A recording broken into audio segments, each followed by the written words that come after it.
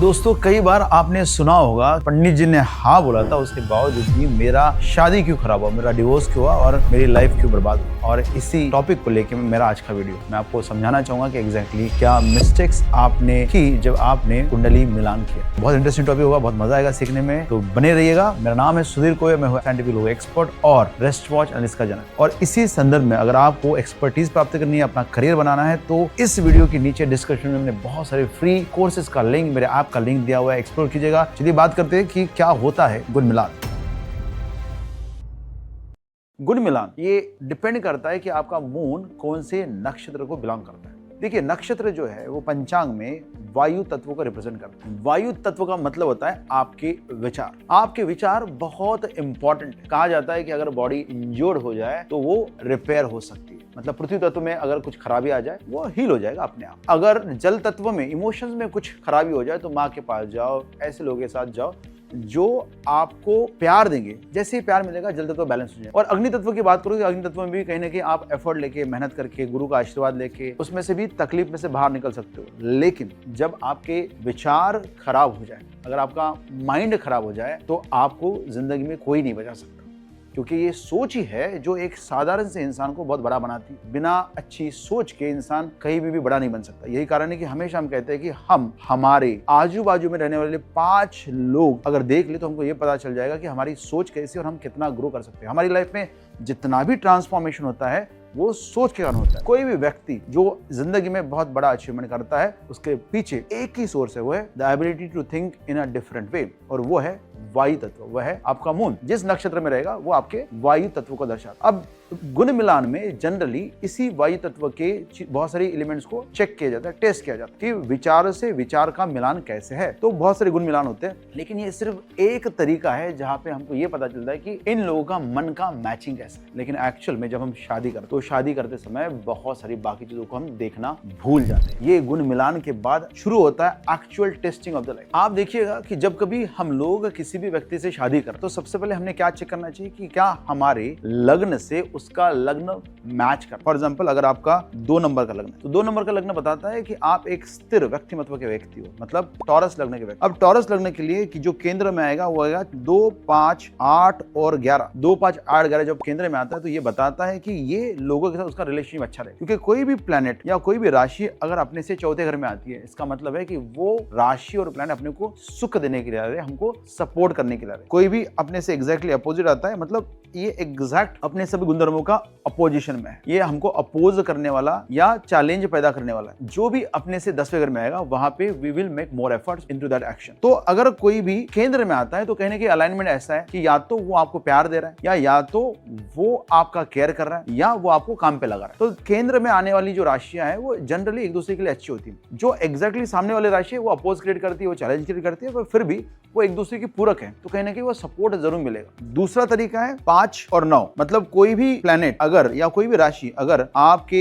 लग्न से 5वें या 9वें में आएगी तो ये क्या दर्शाती है? वो दर्शाती है कि यहाँ से ना आपको सपोर्ट मिलेगा। तो अगर आप किसी से शादी कर रहे हो तो आपको ये देखना जरूरी है कि आपके लग्न से उनका लग्न कहाँ पे मैच हो रहा है। अगर आपके लग्न से उनका लग्न 6, 8, 12वें घर में जा रहा है, मतलब ये व्यक्ति जैसे आपकी लाइफ में आएगा, आपको लॉस होगा, आपको तकलीफ होगी, आपके चैलेंजेस आएंगे। तो इस व्यक्ति का भले ही आपसे गुण मिलान हो रहा है लेकिन आप शादी नहीं कर सकते इनसे, क्योंकि ये चैलेंजेस पैदा करने वाला राशि। अगर आप देखो इस केस में, अगर लड़की आपके 12वें घर से है, मतलब लड़की का लग्न अगर आपका 12वें घर में आता है तो ये अलाउड है, क्योंकि 12th हाउस में वीनस एक्सॉल्टेड होता है, लेकिन उल्टा अलाउड नहीं है। तो ये आप कर सकते हो। अगर आपका 9वें पंचम में आ रहा है लग्न तो बहुत अच्छा है, क्योंकि 9वें पंचम में क्या नेचुरल सपोर्ट है, नेचुरल अलाइनमेंट है। अगर केंद्र से आ रहा है, केंद्र में भी काफी ज्यादा सहयोग है, काफी ज्यादा कंट्रीब्यूशन, लेकिन 6, 8, 12 में से आ रहा है, तीसरे घर से आ रहा है, तो यहाँ पे बहुत सारे चैलेंज होंगे। क्योंकि तीसरा घर क्या है? हमेशा करेज या आर्गुमेंट्स का, यहाँ से फाइट चालू होती है। तो तीसरे घर से आ रहा है, 6ठे घर से आ रहा है, जहाँ पे एनिमी है, रोग है, रुपू है, मतलब जैसे आपकी शादी होगी, जो 6ठे घर का व्यक्ति रहेगा, मतलब अगर आपका टॉरस लग्न है, 6ठे घर में क्या? लिब्रा है। अगर आपने टॉरस लगने के व्यक्ति ने लिब्रा लगने के व्यक्ति के साथ शादी की तो ऑटोमेटिकली टॉरस लगने वाला व्यक्ति जो है बीमार पड़ जाएगा। अगर लड़का टॉरस है, लड़की लिब्रा है, तो लड़का बीमार पड़ जाएगा। और लड़की की लाइफ में, क्योंकि 6ठे 8वें का रिलेशनशिप है, 6ठे 8वें के रिलेशन क्या है? लड़की की लाइफ में निरंतर रूप से चैलेंज आने, जैसे ही शादी होगी एक्सीडेंट, जैसे ही शादी होगी हॉस्पिटल, जैसे ही शादी होगी कुछ तो भी सडन इवेंट्स लाइफ में होना चालू हो जाएंगे। तो ये बहुत बुरा कॉम्बिनेशन। अगर आपके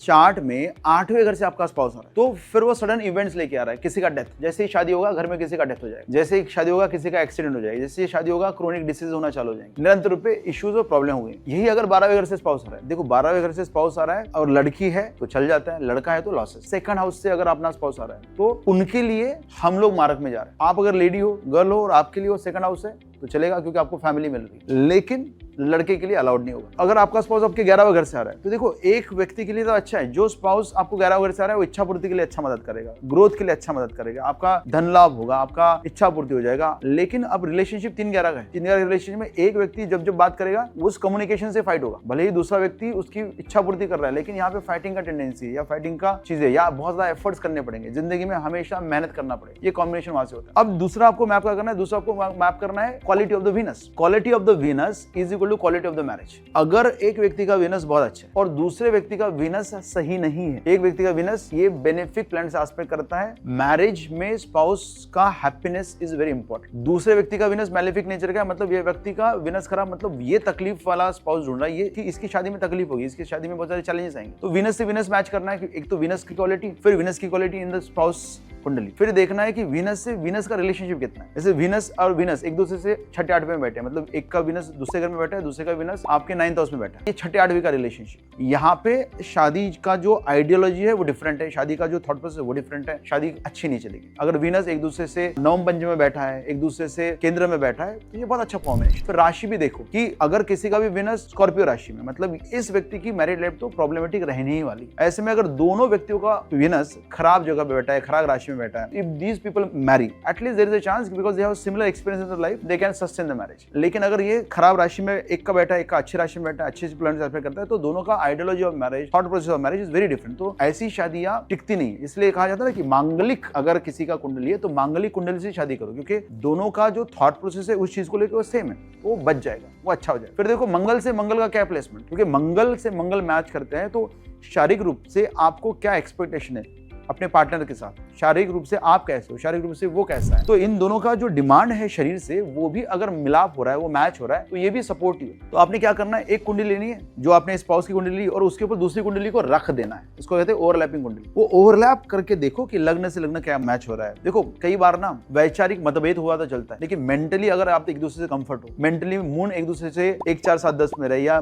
मून एक दूसरे से 9, पंचम में रहे तो भी शादियां सक्सेसफुल होती है, मैंने देखा है, because the mind is very good. कई बार तो मैंने शादियां सक्सेसफुल होती है देखी है जहां पे लग्न से मून 9 पंचम में है या लग्न से मून राशि जो है वो 1, 4, 7, 10 में, और दूसरे व्यक्ति का उल्टा है, दूसरे व्यक्ति का लग्न इनके मून से और इनका मून उनसे लग्न से मैच होता है, तो भी चल जाता है कि कहीं पे भी बुद्धि मन से अलाइन हो रही है या इंटेलेक्ट जो है वो मन से अलाइन हो रहा है, वो चल जाता है। लेकिन जीरो अलाइनमेंट, मून का एक दूसरे से 6-8वें में होना, लग्न का एक दूसरे से 6-8वें 12वें में होना, ये अलाइनमेंट काम नहीं करती है। तो आपने ना वैरायटी ऑफ लेवल पे आपको चेक करना पड़ेगा कि किस तरह के व्यक्ति के साथ आपका शादी हो रहा है। आप अगर जुपिटर से जुपिटर का मिलान देखते हो तो आपको पता चलता है कि धर्म को लेके, देखो धर्म ही एक ऐसी चीज है जो शादी को बरकरार रख, अगर शादी को टिकाना है तो आपको आपका धर्म निभाना पड़ता है। जो हस्बैंड का धर्म है कि स्पाउस का पूरी तरह से ख्याल रखो, उसको इनफ पैसा दो, इनफ धन दौलत मिलनी चाहिए, उनका पालन पोषण करना चाहिए, ये एक पुरुषार्थ होता है किसी भी मेल का टुवर्ड्स द फेमिनाइन एनर्जी। आज के जमाने में ये काफी चीजें बदल गई है, आज के जमाने में आप देख रहे हो तो feminine energy is also very very strong, तो there is lot of friction happening, क्योंकि feminine is also trying to take the form of masculine and masculine is also trying to take the form of masculine, तो दो masculine energy जो मिलती है तो काफी ज्यादा फ्रिक्शन होता है। इसलिए वो शादी आपको हमेशा सक्सेसफुल होती हुई दिखेगी जहां पे रूल्स आर वेरी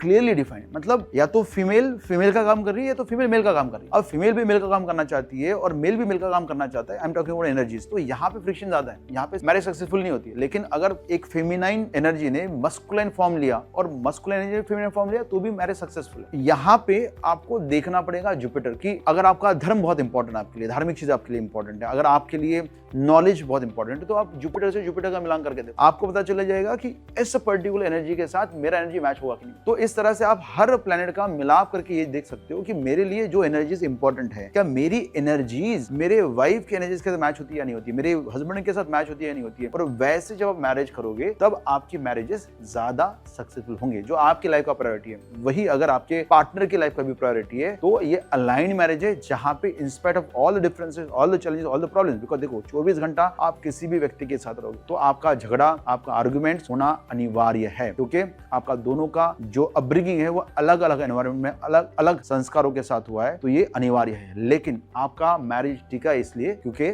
आप दोनों का थॉट प्रोसेस मेजॉरिटी ऑफ चीजों पे अलाइन है। तो आप जितना ज्यादा अलाइनमेंट करवाओगे कुंडली का, जितना ज्यादा थॉट प्रोसेस मैच करा के चलोगे, जो आपका इंपॉर्टेंस है, जो आपकी प्रायोरिटीज है, वही अगर आपके स्पाउस के इंपॉर्टेंस और प्रायोरिटीज में जाएगी तो आपका मैरिज डेफिनेटली सक्सेसफुल होगा। सिर्फ गुण मिलान काफी नहीं। अगर आपको ये वीडियो अच्छा लगा, अगर आपको समझ में आया थोड़ा बहुत भी कि किस तरह से मिलाप करके आप चेक कर सकते हो और शादी कर सकते हो, तो अमेजिंग। और अगर नहीं समझाए तो इस वीडियो के नीचे कमेंट में लिखिएगा कि क्या नहीं समझाए, मैं अगला वीडियो आपके लिए बनाऊंगा। Thank you very much for watching. Like, share and subscribe this video. I will see you in the next video.